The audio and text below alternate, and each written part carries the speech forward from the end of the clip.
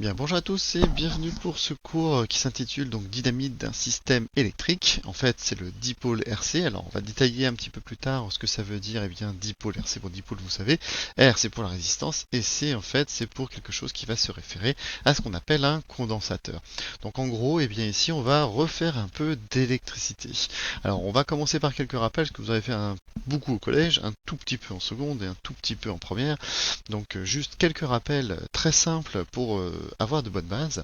Et bien déjà premièrement on va parler de tension au bord d'un dipôle et d'intensité du courant. Alors la tension qu'on va noter U et puis AB, pourquoi? Parce qu'on va la mesurer entre deux qu'on va noter sur le circuit A et B. Alors, c'est donc une grandeur par contre qui va pouvoir être positive ou négative. Vous savez comment est-ce qu'on appelle ce genre de grandeur? Ce sont des grandeurs qu'on appelle algébriques. Et donc la tension, elle, eh bien, on va l'exprimer en volts. Le symbole, c'est V majuscule. Et quand on va faire un circuit électrique, on va eh bien, représenter cette tension par une flèche au-dessus du dipôle considéré. Alors, par contre, lui, le courant, lui, il est symbolisé par une flèche, mais elle n'est pas au-dessus du dipôle, elle est sur les fils. Donc l'intensité I, elle, par contre, elle, eh bien, va se mesurer eh bien, en ampères, symbole A majuscule. Voilà, bon, je vais très vite parce que c'est très facile. Et donc, on avait vu donc deux types de conventions. Et la première qui s'appelle la convention récepteur, eh bien, quand on va mettre des récepteurs, eh bien, il faut que ces deux flèches-là soient dans des sens opposés. Et si j'ai l'autre convention, qui s'appelle la convention générateur, eh bien les deux flèches seront dans le même sens. Donc on va pouvoir noter que donc en convention récepteur, les flèches d'intensité et de tension sont dans des sens opposés et dans le même sens pour la convention, ce qu'on appelle générateur. Alors, petit exemple ici, donc on va prendre ici un dipôle ohmique, c'est ce qu'on appelle aussi une résistance ou résistor, peu importe. Donc la relation entre tension et intensité du courant est donnée, j'espère que vous vous souvenez de ce qu'on appelle la fameuse loi d'Ohm. Donc la loi d'Ohm, elle dit quoi? La loi d'Ohm, elle dit que eh bien, la tension U AB est égale à quoi? Eh bien, va être égale au produit de la résistance grand R fois l'intensité petit. Donc U égale RI, c'est la loi d'Ohm. Donc R c'est quoi? Eh bien, c'est la résistance du dipôle que l'on va mesurer eh bien, en ohm, symbole OHM, symbole grand OPK. Ici, je peux ici le faire ici. Alors donc comment est-ce qu'on va faire pour pouvoir eh bien, le représenter? Alors par exemple si je prends un résistor, le résistor son symbole eh bien c'est un rectangle. J'ai ici mes fils de connexion qui vont apparaître à cet endroit-là. Et puis je vais définir justement mes fameux points A et B.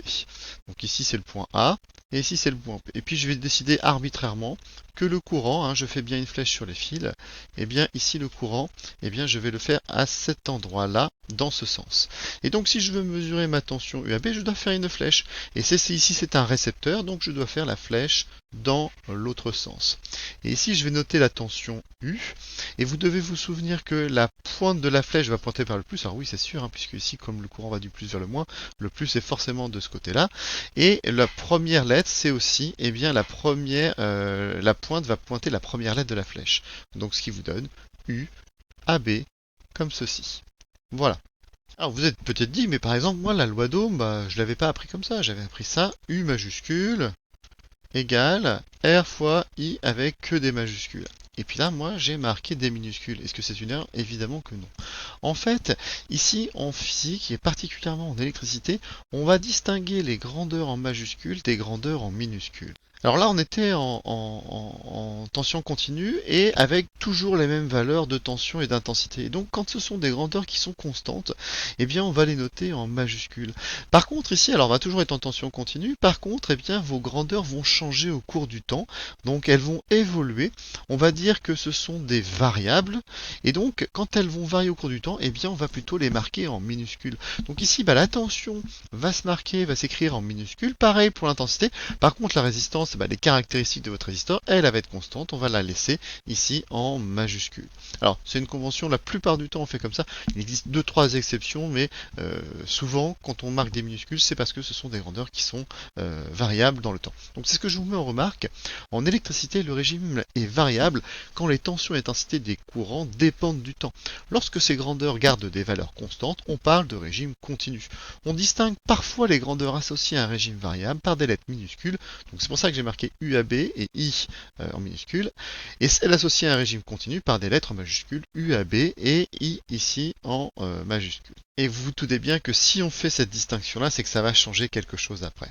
Alors bien justement, on va essayer de voir quelle est l'intensité du courant électrique, cette fois-ci, eh bien en régime variable, et pas en régime continu, constant au cours du temps.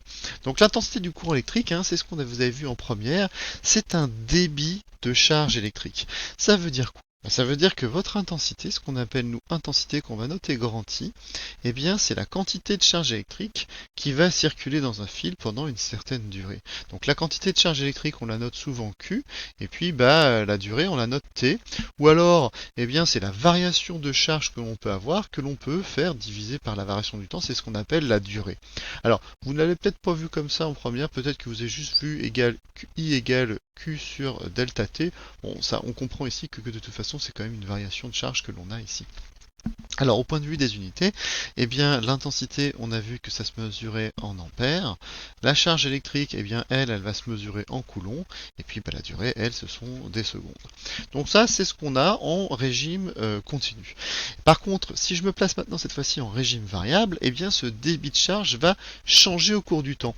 Donc, en fait, l'intensité électrique, comme c'est une grandeur qui va varier au cours du temps, je vais la noter cette fois-ci, par contre, petit i minuscule. Et puis, on avait déjà vu plusieurs fois que eh bien, ces deltas qui se trouvent ici vont se transformer en D de dérivée. Et donc, on va dire que l'intensité du courant électrique, c'est D de Q. Alors, c'est pareil, je vais changer de grandeur majuscule en grandeur minuscule, divisé par delta T, du coup, je me trompe, divisé par dt, donc la dérivée au cours du temps. Donc pour ce chapitre, c'est pour ça que j'ai encadré celle-ci, c'est celle-ci qu'il faudra connaître. Celle-ci n'est pas fausse, c'est juste qu'elle n'est valable qu'en régime continu. En régime variable, c'est celle-ci que l'on devra nous utiliser.